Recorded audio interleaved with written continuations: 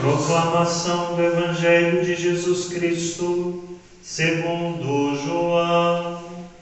Glória a vós, Senhor. Naquele tempo disse Jesus a seus discípulos: se me amais, guardareis os meus mandamentos. E eu rogarei ao Pai, e Ele vos dará um outro defensor, para que permaneça sempre convosco, o Espírito da verdade, que o mundo não é capaz de receber, porque não o vê nem o conhece. Vós o conheceis, porque ele permanece junto de vós e estará dentro de vós. Não vos deixarei órfãos, eu virei a vós. Pouco tempo ainda, e o mundo não mais me verá. Mas vós me vereis, porque eu vivo e vós vivereis. Naquele dia sabereis que eu estou no meu Pai, e vós em mim e eu em vós. Quem acolheu os meus mandamentos e os observa, esse me ama. Ora, quem me ama será amado por meu Pai, e eu o amarei e me manifestarei a ele. Palavra da salvação.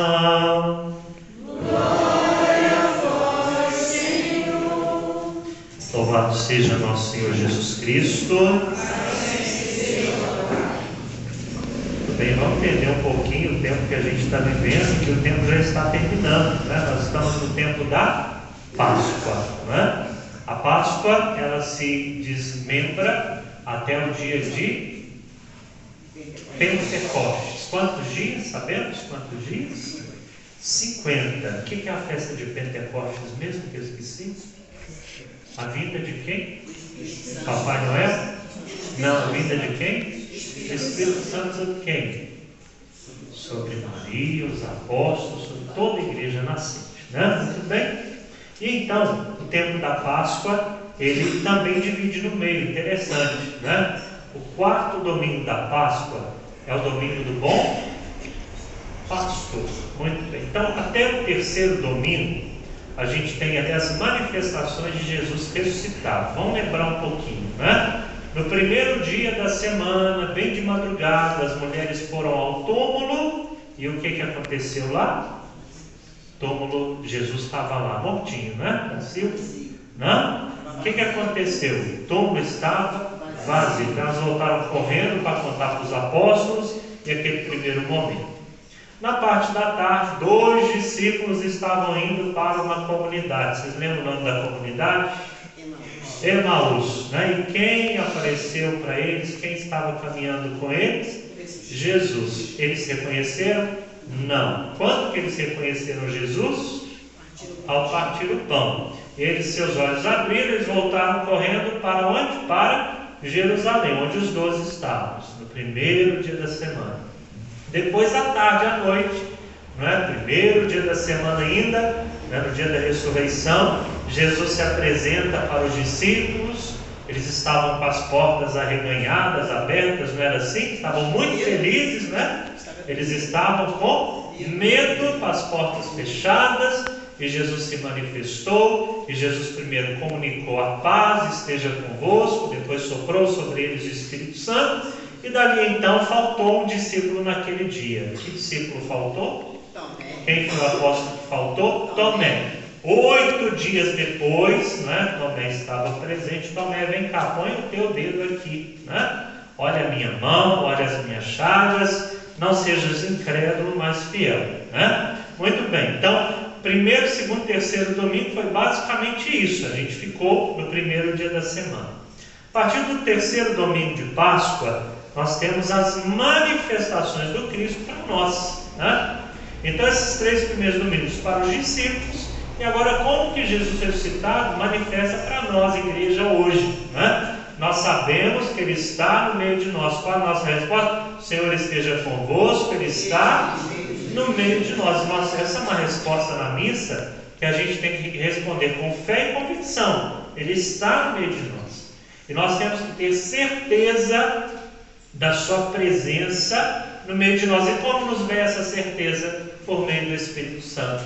Nós proclamamos até a vinda do Senhor que Ele está no meio de nós. Vinde, Senhor Jesus. Anunciamos, Senhor, a vossa morte e proclamamos a vossa ressurreição. Vinde, Senhor Jesus. Então essa é a certeza.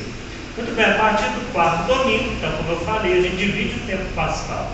Então, o 4º domingo, o bom pastor. Ele é o pastor que nos conduz. É o pastor que nos leva com segurança. E se você lembrar, no domingo do bom pastor, né, o evangelho era o seguinte: Jesus falava que Ele era a porta das ovelhas. Né? E eu fazia essa meditação lá na minha paróquia. A porta, ela tem a finalidade, ao abrir para que possamos entrar, né? Ou se fechar para que nós não saiamos. Mas a porta, ela dá, né, tanto, primeiro, a liberdade ou a proteção. Se eu entro para um ambiente e fecho a porta, eu estou protegido. Se eu saio da porta, eu estou livre. E aí, na nossa liberdade, muitas vezes a gente pode errar. Jesus é esse que nos dá toda a proteção. Se nós estamos no bom pastor, no Cristo ressuscitado, nós estamos protegidos. Porém, nos dá liberdade. E se a gente sai da porta que é Ele, a gente fica aberto para qualquer coisa. Para qualquer ataque do lobo, para qualquer ataque que possa vir contra nós. Muito bem, semana passada, Jesus, né, falava para que nós não nos perturbássemos. Né? Não vos perturbais, não se perturbe o vosso coração. Tendes fé em Deus, tendes fé em mim também. Na casa do meu Pai há muitas moradas. E aí Tomé vai dizer: Senhor, para onde vais? Não sabemos, né? Como podemos conhecer o caminho? Qual foi a resposta de Jesus? Eu sou o caminho, a verdade e a vida. Tem outro caminho, gente? Não. Se a gente pegar um atalho, a gente pode, né, sair em algum lugar não desejado. Não temos outro caminho. O caminho é Cristo na nossa vida. Tem outra verdade? Tem outra verdade? Hoje é muito em moda. Qual a palavrinha, né, para coisas falsas? Qual a palavrinha aí que a gente escuta muito? Escuta demais na rede social. Fake news. O mundo de fake news, né? E a gente vive nessa rede. Tudo é fake news, tudo, né? Um mundo hipócrita, um mundo imerso na mentira que dá uma roupagem de verdade, né? Porque não conhece ou não quer conhecer. Se conhece, não quer aderir à pessoa do Cristo, que é a única verdade da nossa vida, né? E quando a verdade chega, a mentira é iluminada. Então a mentira é desmascarada, né? Por isso que o mundo não aceita, porque o mundo vive mergulhado, imerso na mentira e não quer aceitar a verdade, porque uma vez que aceitar essa verdade, então, né, seremos libertados. Acho que eu estou falando demais, né? Mas já estamos, ainda nem chegamos no... E por fim hoje, né, em Jesus é a vida, porque quem anda nesse caminho, quem é iluminado pela verdade, tem a vida plena, a vida eterna, a vida que Ele prepara para nós. Muito bem. Só que hoje é a promessa. Semana que vem a ascensão e depois Pentecostes. Então, toda uma sequência. O Cristo ressuscitado é o nosso bom pastor que nos conduz com segurança. É a porta. Ele é o caminho, a verdade e a vida. E então, ao subir aos céus, Ele nos promete o Espírito Santo. Então, esse 6º domingo de Páscoa, ele pode casar um pouquinho lá com o domingo de Pentecostes. O evangelho que nós ouvimos, então, hoje, Jesus está na última ceia. É o capítulo 14, nós ouvimos essa semana um pouquinho, nós acompanhamos. Primeiro Jesus dizendo que Ele é a videira e nós somos os ramos. E depois Jesus falou da realidade que Ele tem que subir, que Ele tem que ir, não é? Mas é necessário permanecer no seu amor. Essa semana a gente leu o capítulo 15 de São João e por várias vezes, por 8 vezes, 9 vezes, o evangelista usa o verbo permanecer, estar em Cristo. Quem permanece no meu amor tem a vida, né? Então o motivo de a gente ter vida plena é somente permanecendo em Cristo. Se nós saímos de Cristo, nós perecemos. Se nós fugirmos da sua presença, do seu amor, da sua bondade, da sua misericórdia, nós perderemos totalmente a nossa vida. E Jesus hoje, então, como eu disse, nos dá a promessa. Repito, nós estamos na última ceia. Esse evangelho de hoje situa-se na última ceia, quando Jesus faz todo aquele discurso de despedida, né? Então, o que nós tiramos hoje por meio desse evangelho? Primeiro, amar quem ama Jesus, guarda a sua palavra.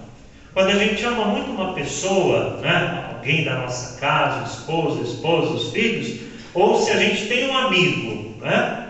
E esse amigo nos vem com palavras certas, quando a gente está precisando, a gente guarda a sua palavra. E a gente vai viver a sua palavra de acordo com aquilo, se ele nos deu um conselho, algo que a gente estava precisando muito ser iluminado, e aí vem aquela pessoa que a gente sabe que Deus usa, que tem palavras, e então aquilo ali a gente toma uma decisão. E a gente nunca mais, né? Se foi coisa boa, a gente vai sempre lembrar, se for coisa ruim também, a gente vai sempre lembrar. Mas o fato é que Jesus não é somente nosso amigo, Ele é nosso Deus. E por isso nós guardamos a sua palavra se nós o amamos. Se a gente não ama, por exemplo, alguma pessoa, a gente nem faz questão de ouvir qualquer palavra sua.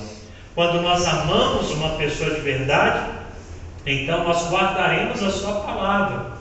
E se nós amamos a Cristo, muito mais do que guardar a sua palavra, os seus mandamentos, nós vamos vivê-lo. Nós vamos colocá-lo na nossa vida, encarná-lo na vida de cada um de nós, né? E aí também essa realidade entre a gente cumprir meramente os mandamentos ou a gente amar e viver os mandamentos, né?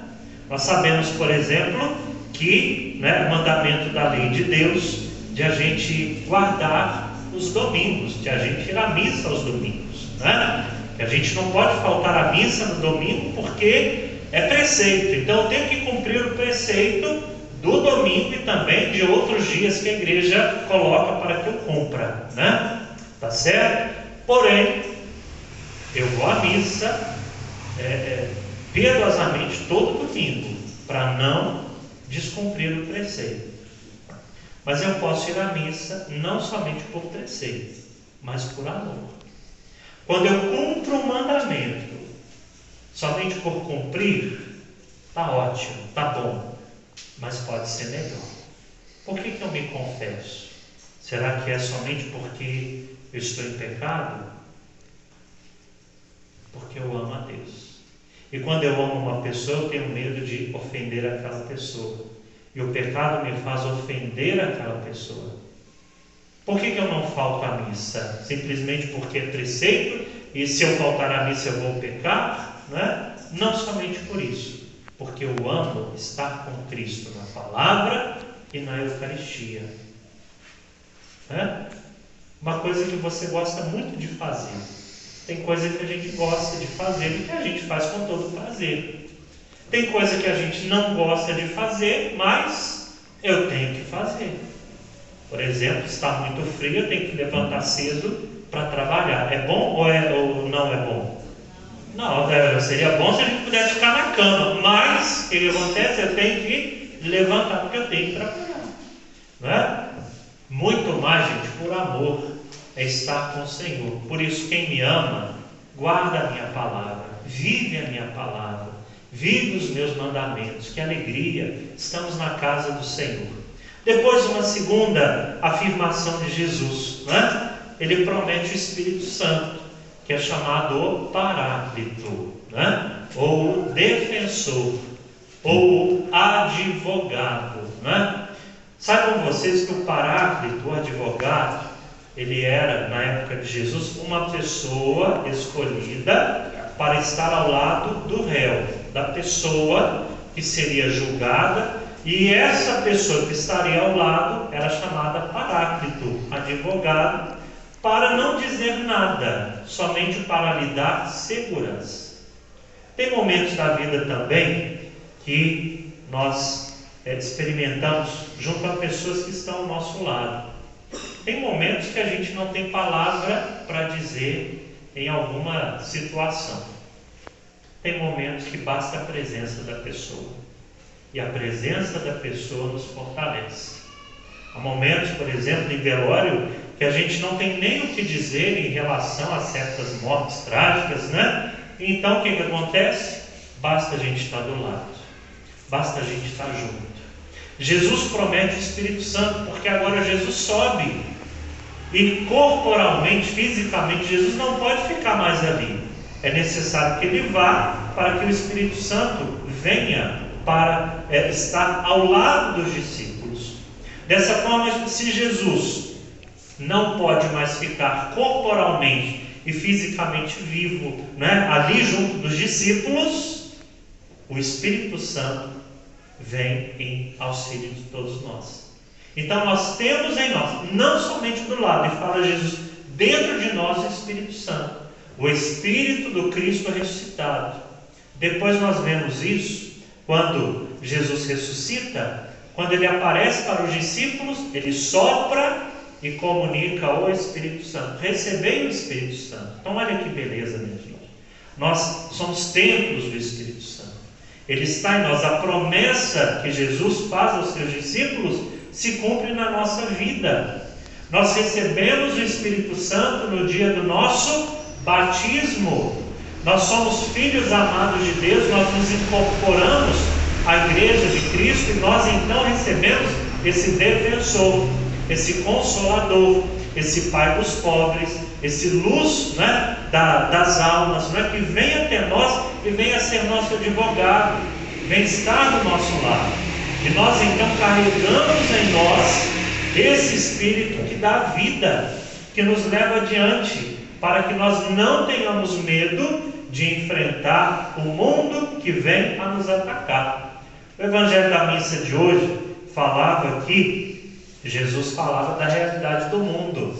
E aqui no Evangelho agora, Jesus também fala: vós o conhecereis, porque ele permanece junto de vós e estará dentro de vós. Não vos deixarei órfãos, eu virei a vós.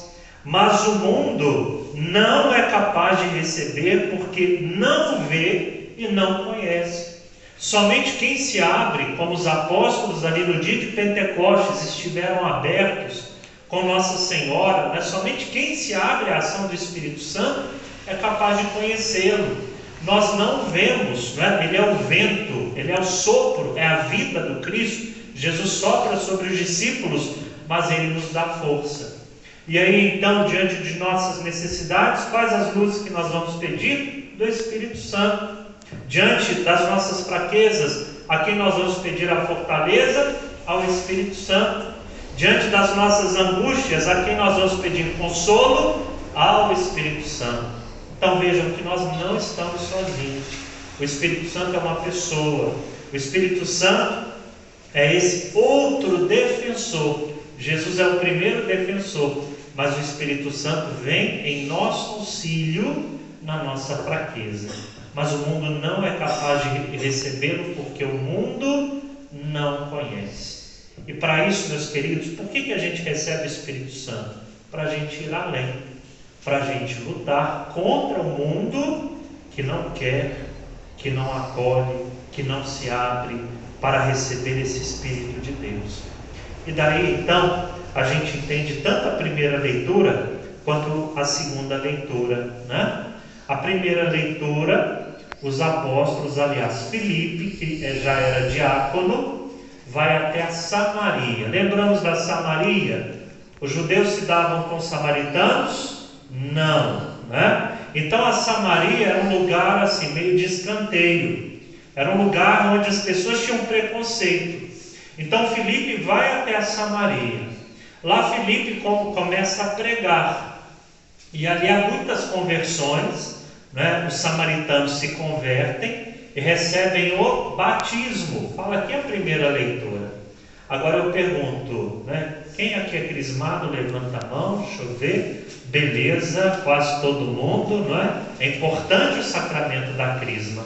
Essa primeira leitura, né, nos indica isso. Então, Filipe vai a Samaria, prega ali, as pessoas são batizadas, mas depois vem os apóstolos Pedro e João, impõem as mãos sobre aquelas pessoas batizadas e elas recebem o Espírito Santo. Olha a importância do sacramento da crisma, né? De a gente procurar a receber o Espírito Santo em plenitude, né? Mas o sacramento do batismo não nos confere o Espírito Santo? Sim, né? Mas é necessário uma confirmação. E essa confirmação se dá quando nós nos abrimos plenamente para receber o santo batismo, o santo crisma, né?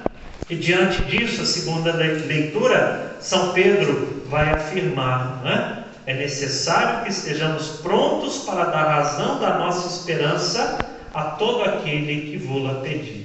Razão da nossa esperança, senão por Cristo nós não temos, não somos nada. E o que vai nos dizer então que é Cristo? O Espírito Santo. Eu convido você, né, nesses dias, semana que vem já a ascensão do Senhor, a clamar o Espírito Santo, a ter intimidade com o Espírito Santo, né? Às vezes a gente reza e temos que rezar a Nossa Senhora, até mesmo a Jesus, né? Mas nós temos intimidade em pedir o Espírito Santo. Às vezes a gente cria alguns preconceitos na renovação carismática, né? Oração. Não é nada disso. É clamar o Espírito Santo na vida, né? Tem dia que, aliás, todos os dias, a gente precisa de pedir o Espírito Santo de Deus. Para quê? Para me dar paciência, né? Para me dar sabedoria. Eu não posso falar tudo, gente, que vem na minha cabeça, né? Tudo que vem na minha boca, eu não posso falar. Tem que ter sabedoria para calar, para falar, né? Eu tenho que ter uma vida de oração para que o Espírito Santo venha fluir na minha vida. Eu preciso ter fortaleza diante, né, das tribulações. Quem aqui não passa tribulação na vida, né? Quem não tem um momento que passe por alguma angústia, e a gente precisa da fortaleza para a gente ficar de pé quando os problemas vierem à nossa frente. E quem nos dá tudo isso? O Espírito Santo. Então vamos pedir o Espírito Santo, que está aqui, né? Que move a nossa vida, que será invocado daqui a pouco, e ali naquelas espécies do pão e do vinho, pelo Espírito Santo, vão se tornar o corpo e o sangue de Jesus. Que o Espírito Santo venha fazer em nós uma renovação, né? Terminando aqui ainda a segunda leitura. Jesus sofreu a morte na sua existência humana, mas recebeu vida nova pelo Espírito. Vamos pedir essa vida nova. Em que eu preciso renovar? Até na minha vida de igreja, né? A gente vai se acostumando e a gente vai, né? Eu preceito. Não, eu preciso amar mais. Eu preciso amar mais ir à missa. Eu preciso amar mais rezar o terço. Eu preciso amar mais me confessar. Porque o Espírito Santo, ele vai renovando a nossa vida. Louvado seja nosso Senhor Jesus Cristo, para sempre seja louvado.